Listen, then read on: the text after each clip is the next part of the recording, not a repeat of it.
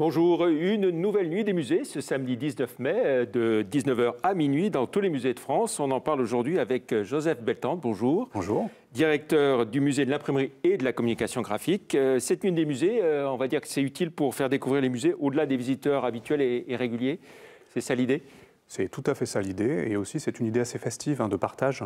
C'est vrai qu'un temps dans l'année comme ça, pour fêter les musées globalement, c'est une manière de nous montrer sous notre meilleur jour, et puis de montrer tout ce qu'on fait, parce que c'est vrai qu'on a énormément d'activités, c'est cette occasion de partager ça avec tous les publics. Et pourquoi pas une journée complète, hein? Pourquoi 19h minuit, pas faire comme pour les journées du patrimoine par exemple, hein, sur une journée complète, voire un week-end? Je pense que ça a été pensé comme ça aussi, c'est-à-dire que c'est une manière, il y a les journées du patrimoine qui sont un temps fort de visite des lieux aussi, parce que les musées sont dans des beaux lieux généralement, et on visite tout ça, et là, la nuit des musées, c'est plutôt concentré sur 4 heures, 5 heures, tout ce qu'on fait dans l'année. Un vrai succès les années précédentes, hein, on peut le dire, incontestablement. Tout à fait, puis en lien aussi avec ce qui se fait dans tout le territoire, parce que c'est vraiment fêter la complémentarité des musées aussi sur le territoire. Voilà, et vous avez travaillé entre autres avec des collégiens hein, du collège Balzac de Vénissieux sur cette opération. Exactement, ça fait maintenant plusieurs années qu'on travaille avec eux. Pendant toute l'année, on prépare un projet, et eux, une classe, une dizaine d'élèves de la classe viennent présenter certaines œuvres du musée au public. Ils jouent un petit peu au médiateur, au guide. C'est vrai que ça nous fait un lien assez fort pendant juste cette nuit des musées. Et voilà. Et puis l'actualité, bien sûr, pour le musée de l'imprimerie et de la communication graphique, c'est cette exposition Andy Warhol Ephéméra, hein, qui a commencé le 23 mars, on en a parlé sur TLM, jusqu'au 16 septembre, autour des travaux, on va dire quoi, commerciaux, publicitaires d'Andy Warhol. C'est toujours étonnant de dire publicitaire, parce qu'on dénote quelque chose qui ne serait pas artistique, mais en fait on est vraiment sur c'est un dessinateur, c'est un graphiste, presque qu'on appelle aujourd'hui designer graphique, c'est-à-dire qui répond à des commandes de la même manière qu'il crée des tableaux. Donc à côté de tous ces tableaux et de sa vie d'artiste, il a sa vie graphique. Et on essaie de montrer comme ça un panorama, plutôt de ses débuts et de sa fin de vie, et de carrière, puisque tout ça est très lié à un début très dessinateur, et à la fin de sa vie, puisqu'il était obsédé par répondre à des commandes, et il est obsédé par le temps, et voilà, ça l'a poursuivi. Et puis, ce qu'il faut dire, c'est que c'est la plus importante collection privée hein, dans ce domaine du maître du pop art, jamais exposée en Europe. Comment est-ce que vous l'avez décroché, cette exposition éphémère? Tout ça marche avec des concours de circonstances aussi, mais c'est vrai que Paul Maréchal, qui est un collectionneur qui est vraiment, comme tous les collectionneurs, obsédé par sa collection, mais là dans un bon sens, c'est-à-dire qu'il souhaite faire connaître, partager. Il a écrit 4 catalogues sur l'œuvre de Warhol graphique, et il a exposé aux Beaux-Arts de Montréal, qui est un des plus beau musée du monde. Et donc on est allé... C'est un Québécois, il faut le dire. Oui. C'est un Québécois, voilà, et c'est là où je l'ai rencontré. J'avais vu cette exposition sur les affiches.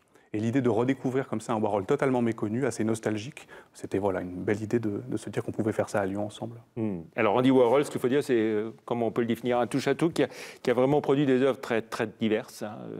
Voilà, je pense qu'il a vraiment dépassé Picasso là-dessus. C'est-à-dire qu'il n'arrête pas de créer, donc il répond, vous lui faites une commande, il répond immédiatement, il ne dit pas non, et il traite tous les sujets. C'est-à-dire qu'il dessine autant un dessin il dessine autant un dauphin qu'une ville, enfin disons que c'est très... Oui, ça peut aller d'une affiche pour une représentation théâtrale à un carton d'anniversaire pour une célébrité. Voilà, des pochettes de disques totalement méconnues. Je dis ça pour les puristes, évidemment, qui vont découvrir ça. Et puis, à des affiches, voilà, des grandes affiches pour les Jeux Olympiques. Enfin, des choses très étonnantes qu'on ne s'attend pas à voir. Voilà. Et puis, vous l'avez organisé comment dans tout le musée de l'imprimerie, cette exposition Le défi, c'était de dire que comme ce sont des œuvres qui sont éphémères par nature, c'est-à-dire qui sont faites pour une commande, de ne pas en mettre une au-dessus de l'autre. Donc, de créer comme ça une sorte de petit parcours où chaque image a sa place et on peut les regarder et avoir beaucoup de détails aussi sur elles, parce qu'il y a beaucoup de techniques qui sont en jeu et ça nous importe beaucoup. Voilà. On se souvient que l'exposition Andy Warhol avait rencontré un immense succès, hein, musée d'art contemporain à Lyon il y a quelques années. Ça se passe très bien pour vous aussi, j'imagine. Tout à fait, oui. C'est vrai que c'est l'occasion de donner une image un peu différente du musée et puis de dire qu'on est autant dans le patrimonial que dans le contemporain, enfin jouer un peu avec tout ça. Voilà. Un mot sur ce musée de l'imprimerie et de la communication graphique. Hein, Écoutez, c'est un musée qui est assez jeune encore, puisqu'il a fêté ses 50 ans il n'y a pas très longtemps. Le fait qu'il devienne communication graphique fait que c'est un peu le musée du graphisme. Vous l'avez rajouté il n'y a pas très longtemps, hein, communication graphique. Voilà, c'est ça, 2014. Mais ça le rend un peu musée du graphisme, ce qu'il n'était pas forcément auparavant. Donc on a autant cette vie de l'imprimé, de l'imprimerie, des métiers, des techniques, mais maintenant cette vie visuelle très graphique. Et on essaye comme ça de jouer, d'alterner entre le passé et aujourd'hui. Voilà, l'idée c'est de montrer qu'il y a une grande tradition d'imprimerie à Lyon, hein, qui remonte à la Renaissance, puisque là on est vraiment à une sorte de ville phare de l'imprimerie en Europe au XVe et XVIe siècle. Et de petit à petit, voilà, beaucoup d'innovations lyonnaises encore sur cette question-là, pour aboutir aujourd'hui à une vraie terre graphique, parce qu'on a énormément de graphistes à Lyon, et c'est intéressant aussi de les célébrer. Voilà, et le lien est fait donc, au fil des siècles. Les écoles, ce sont des visiteurs privilégiés. On évoquait ce que fait le collège Balzac de Vénissieux pour cette nuit des musées. Tout au long de l'année, vous recevez, j'imagine, beaucoup de collégiens, lycéens. Oui, c'est vrai que c'est aussi une de nos particularités. Oui. Plus jeunes encore. On a la chance d'avoir un atelier en fait au sein du musée qui est vivant, qui est tenu responsable d'une typographe qui s'occupe vraiment de la réalisation de nombreux ateliers pour les élèves. Donc c'est rare qu'un atelier soit au cœur du musée. Et je dirais que presque 30-35% de nos publics participent à ces ateliers. Donc c'est une sorte de tradition. On va rappeler le lieu de ce musée de l'imprimerie.